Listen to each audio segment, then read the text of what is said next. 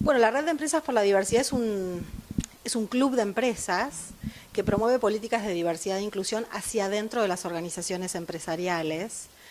Y la realidad es que tiene 2 años y medio de vida, muy poco tiempo, y fue creada a demanda de las empresas que venían empezando a trabajar todos estos temas y los trabajaban con distintos actores y necesitaban un espacio único que pudiera articular y crear un marco conceptual único, digamos, para poder trabajar todos estos temas. Y así fue que hace 2 años y medio fundamos la Red de Empresas por la Diversidad en un centro de investigación, que es el Espacio de Negocios Inclusivos de la Universidad Torcuato Di Itela. Y decimos que es un espacio inédito porque lo conforman como 4 pilares. Uno es la empresa, por y para quién trabajamos. Otros son las organizaciones de la sociedad civil que tienen expertise en los temas de diversidad, en nuestro caso es Fundación Huésped, la Federación LGBT y el CEATS, y personas expertas en temas de diversidad, profesionales independientes que nos acompañan como advisors. Y la academia, por supuesto, que es sede de la red. Hoy tenemos 29 empresas, miembro. La realidad es que no salimos a hacer una venta de la red, sino más bien que fue un crecimiento orgánico. Las mismas empresas se van acercando un poco por el boca en boca, otro poco porque, bueno, ven que es un espacio en donde hay muchas actividades, algunas cerradas para los miembros y otras abiertas, entonces de alguna manera se van como acercando en la medida en la que empiezan a trabajar estos temas.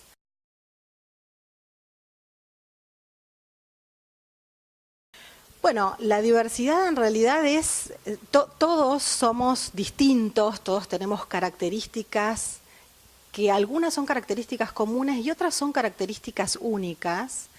Y decimos que la diversidad son aquellas características visibles y no visibles de las personas.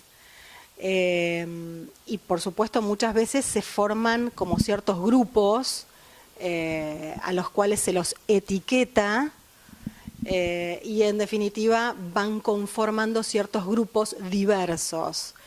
Pero lo más interesante de la diversidad es hablar más allá de los grupos y de las etiquetas y de los grupos vulnerados, que es como la clave del tema. Muchas veces hay grupos que tradicionalmente se habla de minorías, pero no es una palabra muy feliz, con lo cual hablamos de grupos diversos con cierta vulnerabilidad, a los cuales se les hace más difícil el acceso a ciertos espacios como por ejemplo los sociales, el laboral, la accesibilidad económica. Entonces, cuando hablamos de diversidad hablamos de distintos grupos y distintas características que son visibles y no visibles de las personas, y cuando hablamos de la diversidad en la empresa estamos hablando de replicar esa diversidad que se da en la sociedad dentro de la cartilla de las compañías.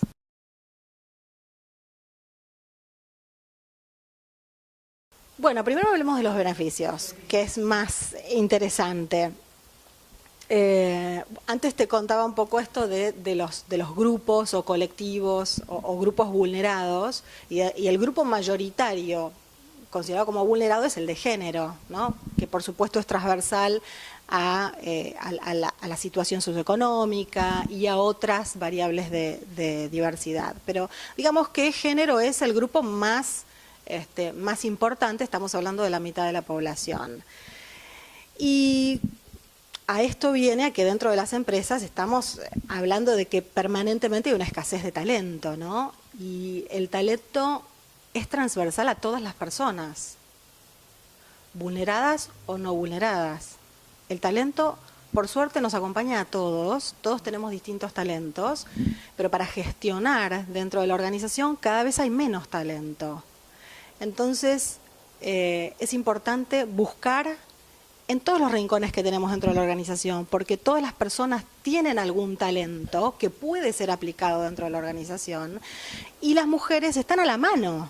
Son el 50% de la población, algunas empresas tienen mayor proporción que otras, pero las mujeres están a la mano. Entonces, el desarrollo de la mujer dentro de la organización es importante en este sentido, que si no la estamos mirando, no estamos mirando la mitad del talento disponible.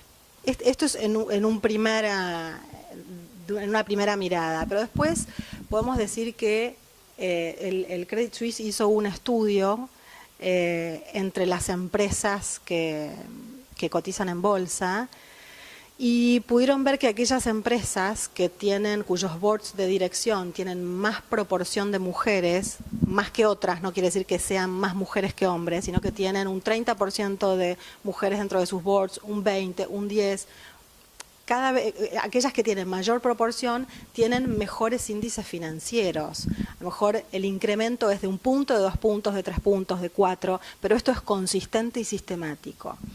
Entonces, el estudio es concluyente respecto de que cuantas más mujeres en el board hay, mejores resultados, lo cual no quiere decir que esto se deba a la mujer en particular. Lo que quiero decir es que en cuanto a que el board de dirección es más diverso, o sea, hay mejor distribución entre varones y mujeres como primer variable de diversidad, entre otras, los resultados son mejores. Es decir, si en un board de dirección todos los directores son socioculturalmente similares, tienen las mismas características, la misma forma de pensar, es probable que se pongan de acuerdo rápidamente, lo cual es un aliciente sin duda, pero es poco probable que traigan nuevas ideas a la mesa y nuevas soluciones con ello. Entonces, este es otro de los puntos interesantes, que a equipos diversos probablemente tengan mejores ideas, nuevas ideas y por lo tanto mejores resultados. Entonces, en este sentido es importante hacerse del talento que está a la mano en la organización, que son las mujeres, ¿no? Y por lo tanto desarrollarlas.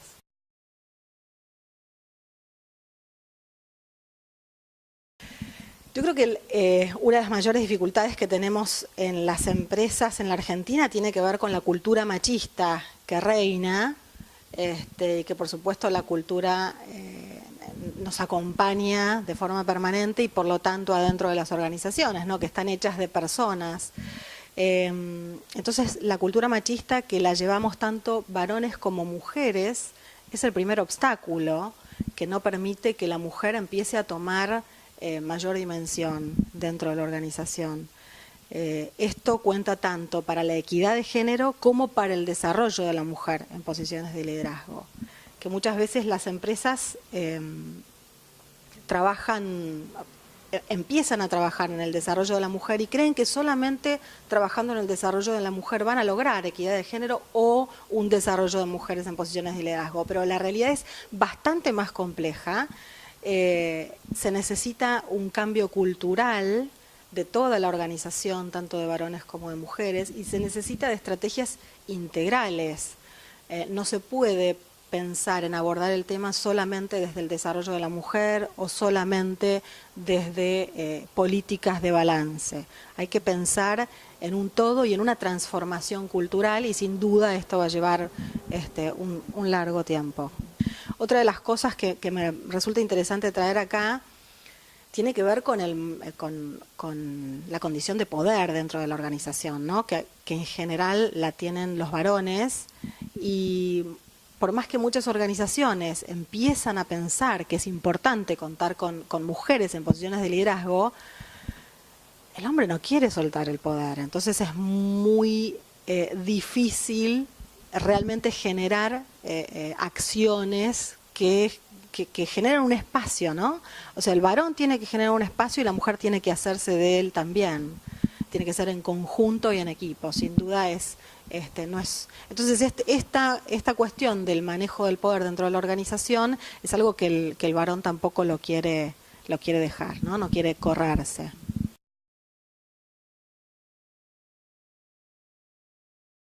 La discapacidad es uno de los temas de diversidad que mayor impacto y atracción generan.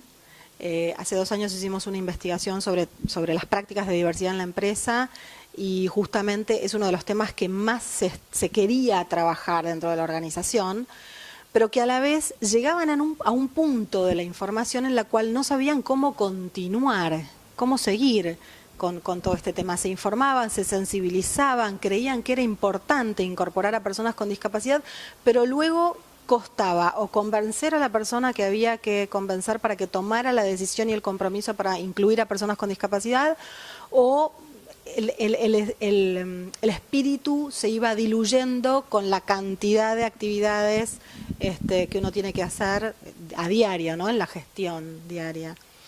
Entonces, fue ahí que decidimos desarrollar esta guía para poder dejar bien en claro cuáles son los pasos que las empresas deben o pueden, no es necesario que crucen todas, pero que vayan, cuáles son los pasos que tienen que atravesar para incluir a una persona con discapacidad y cuáles son aquellos actores que pueden ayudarte en la incorporación de personas con discapacidad en la empresa, porque personas con discapacidad y personas en situación de vulnerabilidad socioeconómica dentro de todos los grupos de diversidad que nosotros estudiamos son aquellos grupos que mayor acompañamiento externo necesitan a la hora de incluirnos dentro de la organización, dentro de las empresas. Entonces, bueno, dijimos, necesitamos visibilizar todas estas organizaciones de la sociedad civil que tienen mucho conocimiento en discapacidad y que pueden asesorarlos, porque discapacidad no es, estamos hablando de 6 discapacidades diferentes y todas bien distintas, y cuando uno incorpora a personas con discapacidad tiene que hacer ajustes razonables diferentes de acuerdo a las discapacidades, y no solamente de acuerdo a la discapacidad, más aún, de acuerdo a esa persona en particular, a las necesidades y limitaciones que tenga para desenvolverse dentro de la organización. Con lo cual, cuando hablamos de discapacidad, prácticamente te diría que estamos hablando de una inclusión ad hoc. Tenemos que pensar en la persona. Y esto está bueno, porque recordemos que las organizaciones las conformamos personas con características, y esto es lo que venía a tu primera pregunta, ¿no? ¿Qué es la diversidad? La diversidad, si bien hay estos grupos, como está el de discapacidad, también hay singularidades, hay particularidades que realmente es responsable una empresa que presta atención a las singularidades, a las particularidades de las personas que componen su staff. Entonces, al prestar atención a estas características o a estas demandas o a estas necesidades, incluso a estas virtudes que tienen las personas, es ahí en donde estamos prestándole atención a la diversidad dentro de la organización. Me fui a la pregunta anterior, pero creo que las personas con discapacidad le agregan valor a las empresas en varios sentidos. Uno, las personas con discapacidad tienen las mismas habilidades y tantos talentos como cualquier otra persona que no tenga ninguna discapacidad, con lo cual, nuevamente, a tomar el talento que hay en ellas, ¿no? Hay que descubrirlo, así como descubrís el talento de una persona en cualquier entrevista de trabajo, en cualquier persona que no pertenezca a ningún grupo vulnerado, también se puede tomar talento de este grupo, que sin duda lo tiene, que en muchos casos tienen un compromiso extra, en algún punto, no todas, pero algunos grupos de personas con discapacidad tienen un compromiso extra por haber fracasado indefinidamente en el encuentro del trabajo. Y por el otro lado, le agrega valor a la organización, porque cuando en una organización empieza a poner dentro de su set de valores la diversidad, el entendimiento de las capacidades y discapacidades de las personas, es cuando nos pone a todos en igualdad de condiciones. Entonces, ese es un valor que las empresas no debieran perderse, no debieran perderse de tenerlo. Y esto pregna en toda la organización. Incluir a personas con discapacidad tiene algunas dificultades, tiene sus procesos y sus ajustes, pero sin duda el rédito es alto.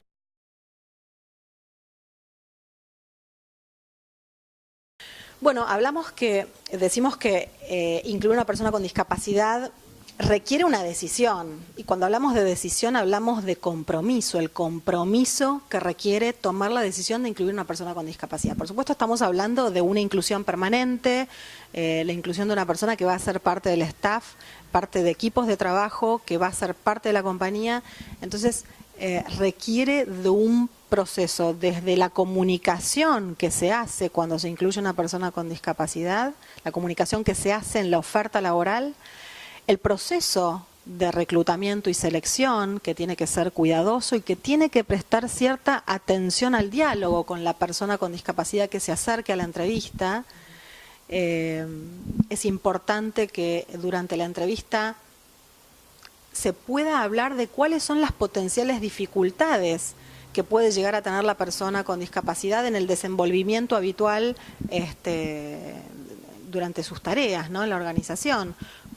Cosa de poder prever aquellas dificultades y no llegar al momento de la verdad en el momento tarde y luego tener que tomar una decisión drástica o que la persona se termine yendo, ¿no?, por alguna incomodidad. Entonces es importante que el momento de reclutamiento y la selección sea de una interacción, no digamos exhaustiva y sin invadir a la persona. La persona debiera poder traer por sí solo la discapacidad a la mesa de la conversación y el entrevistador debiera poder hacer las preguntas adecuadas que vayan a poder sortear futuros obstáculos en la relación laboral.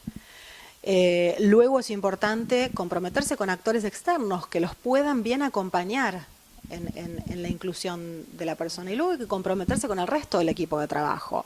Hay que poder informar, hay que poder contener, de alguna manera es importante todas las partes del proceso, cosa de no descuidar posibles dificultades posteriormente. Y luego entender que la persona con discapacidad seguro que va a tener algún skill, alguna competencia que va a poder utilizar muy bien dentro de la organización. Entonces es necesario hacer el matching entre la tarea y las competencias de la persona con discapacidad, como en cualquier otra incorporación de cualquier otra persona. Entonces decimos que es importante que la empresa tome el compromiso en el momento que realmente sienta que puede empezar a trabajar en este plan de acción, que son varias cuestiones que tiene que tener en cuenta.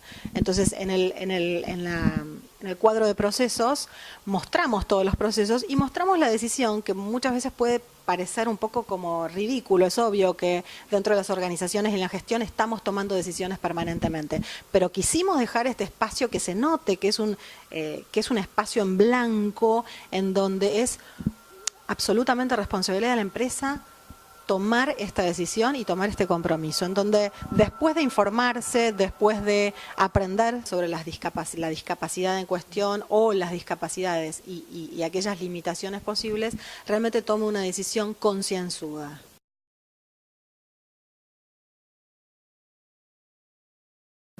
Bueno, vos lo dijiste, es un tema tabú, pero ¿por qué tabú? Si es la diversidad sexual es un tema más que nos atraviesa como seres humanos, nos conforma, es parte de la identidad sexual, es parte de nuestra identidad, de quiénes somos, con lo cual no debiera ser un tema tabú. Sí, la sexualidad y qué hace la persona en la cama, eso es parte de su vida privada, pero todo lo demás, quién es, cuál es su orientación sexual, cuál es su identidad de género, cuál es su expresión, que muchas veces no coincide con los estereotipos culturales de género varón-mujer. Entonces, estas cuestiones que son inherentes a las personas son las que decimos que hay que trabajar desde la diversidad, que hay que visibilizar. El tema de la diversidad sexual es uno de los temas menos trabajados en el ámbito corporativo. Nos entristeció mucho cuando hicimos la investigación, que vimos que muy pocas empresas estaban trabajando el tema. Ahora se está empezando a tratar de trabajar más. Entendemos que las empresas dicen, no, este es un tema de la esfera privada, pero por supuesto que la persona, los colaboradores pueden decidir dejar este tema en su esfera privada. O también pueden decidir compartirlo porque es parte de sus vidas, es parte de quienes son. Y esto es importante, que la empresa atienda a quiénes son sus colaboradores, con todas sus características y todas sus singularidades. Y esta es una de ellas. Entonces, esto es bien importante recordarlo, que no nos estamos metiendo como empresas en su vida, sino que estamos, cuando se trabaja la diversidad sexual, se está abriendo la puerta, se está diciendo somos una empresa abierta a vos, abierta al colaborador, a atender al colaborador. Entonces, me parece que esa es una señal muy fuerte en donde el empleado puede decidir contar su realidad o no contarla y sentir que está trabajando en una organización que lo acepta, que lo apoya y que visibiliza el tema. La palabra visibilización a lo mejor puede prestar a confusión. La idea es que cuando uno visibiliza un tema, está justamente diciendo esto: soy una organización que ve el tema que me parece importante porque es tu tema. Entonces es poder permitir que la persona despliegue quién es y por lo tanto muy probablemente se sienta más cómoda en el ámbito laboral y muy probablemente sea más productiva y tenga mejor rendimiento. Si vamos en última instancia a pensar en el rendimiento de los colaboradores. Yo creo que es un tema que no se está trabajando, se tiene miedo, miedos, hay desconocimiento, y me parece que no hay que tener miedo a entender quiénes somos, quiénes me acompañan en el día a día en el trabajo.